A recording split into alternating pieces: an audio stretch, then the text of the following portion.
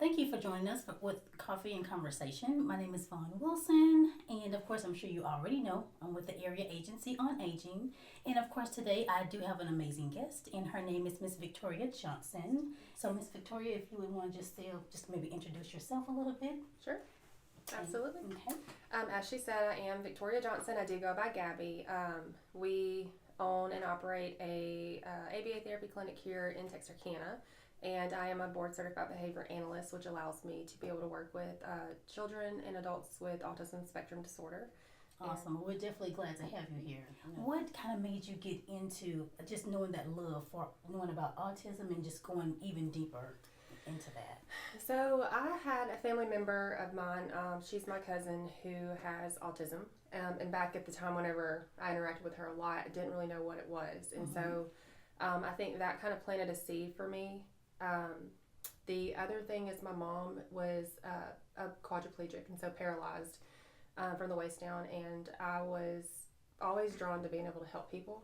And so I wasn't really sure what capacity that looked like until I did get into college. Started off wanting to do radiology, and here I am. Wow. So wow. a couple of jobs landed me in the field of ABA therapy, and fell in love with it. Never looked back. Wow. It's nothing like doing what you love to do, Yeah. especially like you said, just with your, your growing up and being around certain things just going to just make you even more passionate. Yeah. Well, I would say, I know you mentioned, that but when we talk about autism, sometimes we do think about the children, but like you said, adults. Is there any certain time, like, do we need to look for any type of signs, or just do you think it's a good idea for just anyone to, hey, let me go take a test to try to see maybe, where I stand, or am I in the clear, or? Yeah, I think there's definitely some signs to look out for. The ones that you commonly think of are limited eye contact, limited conversation, limited words. Kind of being more of a recluse, not very social, so not responding a lot to comments or conversations or even just gestures. So if your child or the adult seems very disconnected, that's when I would say reach out to a physician to see what their recommendation would be for a referral. Okay. So currently, if someone think they needed some help or have been diagnosed already, are you able to, can they get that assistance with changing the spectrum, spectrum? So we do not do diagnosing. Okay. But what we do is usually if they call us and say that they don't have a diagnosis, I have a resources list that we pull from, and we can refer the families to those locations for the diagnosis and the assessments. But once they have a diagnosis, then they can come to Changing the Spectrum for ABA therapy, and we can do an evaluation, see how many hours are recommended, kind of see what deficits there are, how intense the therapy needs to look, and kind of go from there. All right.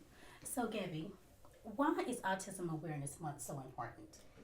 I think it is very important because I have really recently come to realize that not many people understand what autism looks like. It does not look the same. That's why it's a spectrum.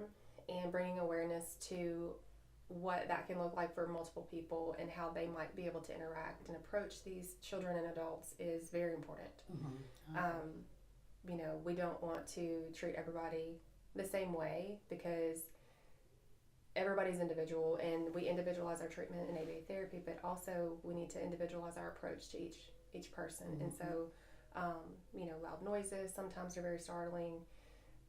Abrupt movements are very startling. So just being aware, I think, of some triggers and what autism just looks like is really important. Okay, I totally agree. I do.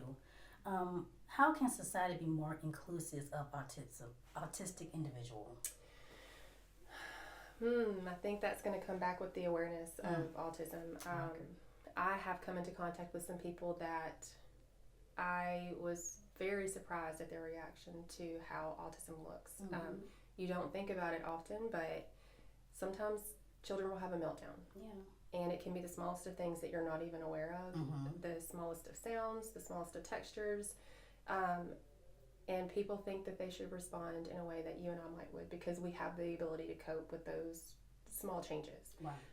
But these people on the spectrum, they don't. Some of them do, but most of them don't at the moment. And it's up to us to be able to help not post judgment, not to make them feel any less of a person.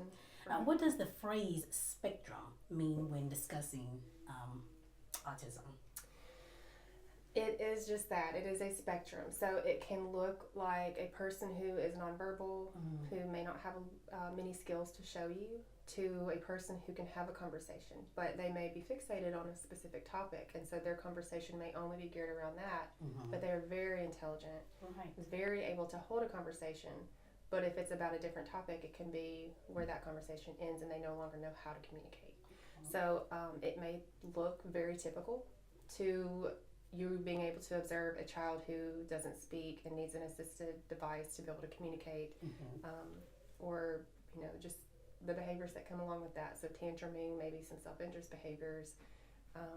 It looks very different for every child or adult. How might someone recognize autism traits in people of different ages? Or maybe, for instance, someone may have, has autism now, but they didn't grow up in the era kind of like before, in regards to when it was kind of like well known now, but not then. Well, I've actually, I think that most people think of the younger population whenever we think of autism, because you can see it a little bit more in a child who does not have the conversational skills, who may tantrum an awful lot. They may have a device that is visible to people to be able to notice that they need that to be able to communicate. But there are adults who I've had conversations with who have said that since more diagnosing of autism has come to light, they have then understood themselves a little bit better. And so they've noticed that they may not look people in the eye, and they notice that maybe they don't have those conversational skills to hold a conversation. They can answer maybe yes and no questions, but having and maintaining a conversation has been really difficult. So I think that for us as a community, just noticing people who may be a little bit more standoffish or reserved, or may not display the same qualities or characteristics that we might, and being okay with that and accepting that. Okay. What special considerations should caregivers keep in mind when supporting people with autism? I think that a couple of considerations are the length of time maybe that it takes to overcome some of the we call it behavioral history. That just means if you're 15 years old, you have 15 years of behaviors that you have acquired, and those behaviors have gotten you what you've needed over time, whether that looks like your typically developing person, or whether that's somebody on the spectrum who has been able to tantrum and access the things that they needed. So there's a lot of time that maybe we need to be able to help those people. Other considerations are that certain punishments or certain methods that maybe were previously used don't always apply to every person. And so we want to make sure that we adapt the way that we approach these children or these adults, whatever the age range is. We just want to make sure that we approach them where they're at. And so what I might do for my two children isn't necessarily what would work for a child on the spectrum or an adult on the spectrum. Right. What inspired the founding of Changing the Spectrum? So I have been very fortunate to be able to work with multiple ABA therapy clinics, and I have gathered the wonderful things from my experience to things that I felt maybe I could do a little bit differently. And my husband and I hadn't had the discussion, and it was a couple of years in progress. And one day we had prayed about it, and I was still working for another organization, and I got a phone call from an insurance company that said they had a client who was needing services in an underserved area again. And we just made the decision that day to follow what our hearts was telling us and what the Lord was telling us, and it has worked out, and we've never looked back. We've had hard times, of course, but we wanted to be able to eventually have the flexibility with our families too, to be able to go and see soccer games and baseball games and not have to do things because somebody else told us to do it. Like I said, I think our model is a little bit different than other clinics, where I prefer to be a little bit more, I call it loose therapy, but the term is NET, so it's natural environment training, where I don't have to have a child sit at a table for the entire session. We want to make it fun. We want to make these children and adults feel loved and cared for, and so it just looks a little bit different in our center. Yeah, I like it. Awesome. What is ABA therapy? It stands for Applied Behavioral Analysis, And it is a therapy that allows us to do multiple different things. We can work on social skills. We can work on independent play skills and adaptive living skills, which is going to be your toilet training, eating independently with utensils, communication, which is primarily what we focus on at first, because if you can target communication, then some of those other maladaptive behaviors tend to decrease. Okay. So it is a big umbrella of therapy that we're allowed to provide, but it works on social skills, independent living skills, communication skills, and behavior. So yeah, behavior is the primary word in that word in ABA, but it works on replacing behaviors to teach proper communication. Wonderful. I love it. If someone wanted to know how to get in contact with you, what number or maybe website they should kind of use? Yeah, so Changing the Spectrum, LLC.com is our personal company's page.